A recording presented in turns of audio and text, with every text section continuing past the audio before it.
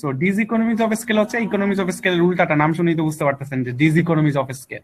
এইখানে হচ্ছে average cost বেড়ে যাবে, এইখানে হচ্ছে অ্যাভারেজ কস্ট বেড়ে যাবে যদি আপনি আপনার হচ্ছে প্ল্যান্ট বা ফ্যাক্টরির ক্যাপাসিটি বাড়ান। প্ল্যান্ট বা ফ্যাক্টরির ক্যাপাসিটি বা প্ল্যান্ট বা ফ্যাক্টরির সাইজ বা প্ল্যান্ট বা ফ্যাক্টরি যদি আপনি এক্সপানশন করেন, এক্সপানশন করলে উনি বলতেছে যে আপনার অ্যাভারেজ কস্ট বেড়ে যাবে। এই যে আপনি factory size, factory capacity, factory expansion এগুলো করার কারণে যদি আপনার অ্যাভারেজ কস্টটা বেড়ে যায়, এটাকে বলছে ডিসইকোনমিজ অফ স্কেল। একটা সহজ উদাহরণ দেই, ধরেন হচ্ছে ধরেন হচ্ছে আপনি একটা মেশিন কিনছেন, প্রতিটা মেশিনের একটা সর্বোচ্চ ক্ষমতা আছে, ঠিক আছে? ধরেন আপনি একটা মেশিন কিনছেন, ওই মেশিন দিয়ে আপনি হচ্ছে গিয়ে 1000 ইউনিট হচ্ছে গিয়ে বানাইতে পারেন। এখন আপনার চাহিদা হয়ে গেছে 1200 ইউনিট, সো আপনাকে তো আরেকটা মেশিন কিনতে হবে।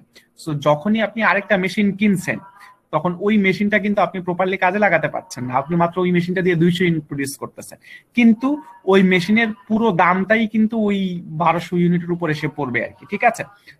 ধরেন আপনি একটা মেশিন কিনছেন হচ্ছে গিয়ে 12,000 টাকা দিয়ে, ওটা দিয়ে আপনি পরে দ্বিতীয় একটা মেশিন কিনছেন, ওটার দামও 12,000, ঠিক আছে? সো ওইটা দিয়ে মাত্র আপনি হচ্ছে গিয়ে যেটা বললাম আর কি, যে যখন আপনি হচ্ছে গিয়ে ওই 12,000 টাকার মেশিন দিয়ে 10,000 ইউনিট প্রডিউস করতেন, তখন একটার দাম আসতো 1 টাকা 20 পয়সা।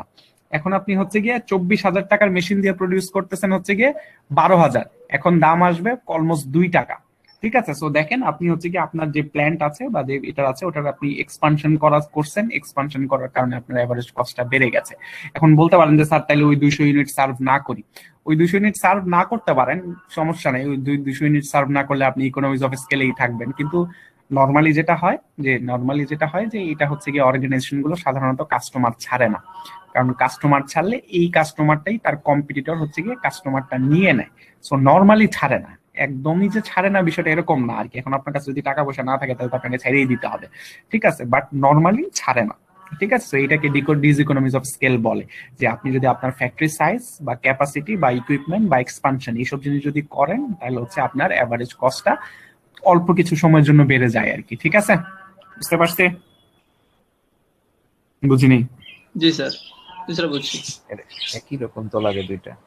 না, দুইটা কেন লাগবে? একটা হচ্ছে আউটপুট বাড়াইছেন, কমে গেছে, আর এখানে হচ্ছে বাড়াইলে বেড়ে যাবে আর কি। ও আচ্ছা, ফ্যাসিলিটি, ঠিক আছে ঠিক আছে। একটা তো হচ্ছে বাড়াইছেন, কমে গেছে, আর এটা তো হচ্ছে ফ্যাক্টরি সাইজ বাড়াইছেন, দামও বেড়ে গেছে। দুইটা দুরকম না? বাড়াইছেন, কমে গেছে, ইকোনমিজ অফ স্কেল। বাড়াইছেন, বেড়ে গেছে, ডিসইকোনমিজ অফ স্কেল। মানে খুবই সিম্পল, বিপরীত তো, দুইটার বিপরীত আর কি, নাম শুনেই তো বোঝা যাচ্ছে, একটা ইকোনমিজ, একটা ডিসইকোনমিজ, একটা বিপরীত। আচ্ছা, আসলেই বুঝতে পারছি, মানে আমার স্যাটিসফাই করার জন্য বলতে হবে না যে স্যার বুঝছি। আচ্ছা ঠিক জি আছে। স্যার।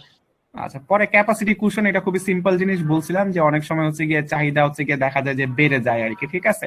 সো চাহিদা হঠাৎ বেড়ে গেলে বা অস্বাভাবিক হারে বেড়ে গেলে, সো আপনাকে হচ্ছে গিয়ে প্রতিটা অর্গানাইজেশনে কিছু জিনিস হচ্ছে গিয়ে কুশন হিসেবে রাখে আর কি। কুশন মানে হচ্ছে গিয়ে হঠাৎ করে যদি চাহিদা বেড়ে যায়, তাহলে ওই কুশন যেটা রাখছিলাম ওটা থেকে যেন এই চাহিদাটা পূরণ করতে পারি আর কি, ঠিক আছে? একটা বাফার স্টক রেখে দেয় বা একটা রিজার্ভ রাখে আর কি, ঠিক আছে?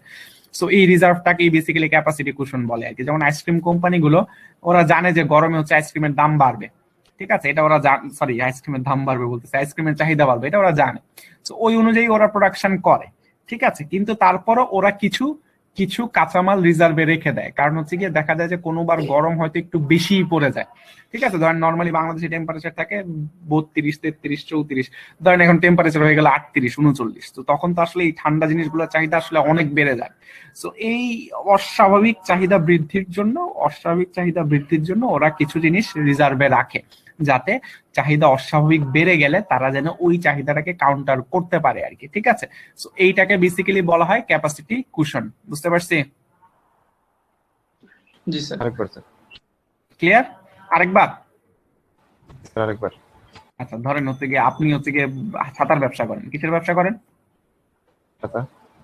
এটা তো ছাতার তো উদাহরণ দেওয়া যাবে না, কারণ এখন মানুষ গরমকালেও ছাতা ইউজ করে। আগে তো মানুষ, আচ্ছা তাও ছাতার উদাহরণই দিব। আগে তো আপনি ধরে নিবেন যে বর্ষাকালে ছাতা ইউজ হয়, ঠিক আছে?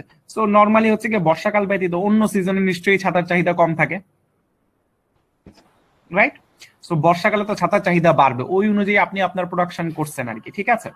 সো প্রোডাকশন করছেন, আপনি বাড়ছেন, ওই অনুযায়ী প্রোডাকশন করছেন। এখন আপনি একটা মৌসুমে দেখা গেল যে এত বৃষ্টি হয়েছে, যেমন এইবারই তো প্রতিদিনই বৃষ্টি হয়। তো প্রতিদিন বৃষ্টি হওয়ার কারণে আপনি ভাবছিলেন যে 10% বাড়বে, চাহিদা বেড়ে গেছে আসলে 50%। ঠিক আছে, বাড়ার কথা ছিল 10, বেড়ে গেছে কত? 50। তো এই যে বাড়তি যেই চাহিদাটা বেড়ে গেছে, এটা তো এখন আপনার ডিমান্ড ক্রিয়েট হচ্ছে, আপনি তো বিক্রি করলে লাভবান হবেন। তো এই যে অনেক সময় দেখা যায় যে হঠাৎ করে চাহিদাটা বেড়ে যায়, বা অনেক সময় দেখা যায় যে আপনি যে রকম প্রেডিক্ট করছেন চাহিদা বাড়বে তার চেয়ে বেশি বেড়ে যায়। এই বেশি বেড়ে যাওয়া চাহিদা পূরণ করার জন্য অর্গানাইজেশন রিজার্ভ রাখে। ঠিক আছে, যে আচ্ছা ঠিক আছে, আমি তো ভাবতেছি 10% বাড়বে, যদি 15% বা 20% বাড়ে তাইলে কি হবে, আচ্ছা ঠিক আছে তাইলে একটু রিজার্ভ রাখি, যাতে বেশি বেড়ে গেলে আমি যেন সাপ্লাই দিতে পারি। এই যে বেশি বেড়ে গেলে যেন সাপ্লাই দিতে পারি, এই কারণে যে আমি যে রিজার্ভটা রাখছি, সেই রিজার্ভটাকেই ক্যাপাসিটি কুশন বলে।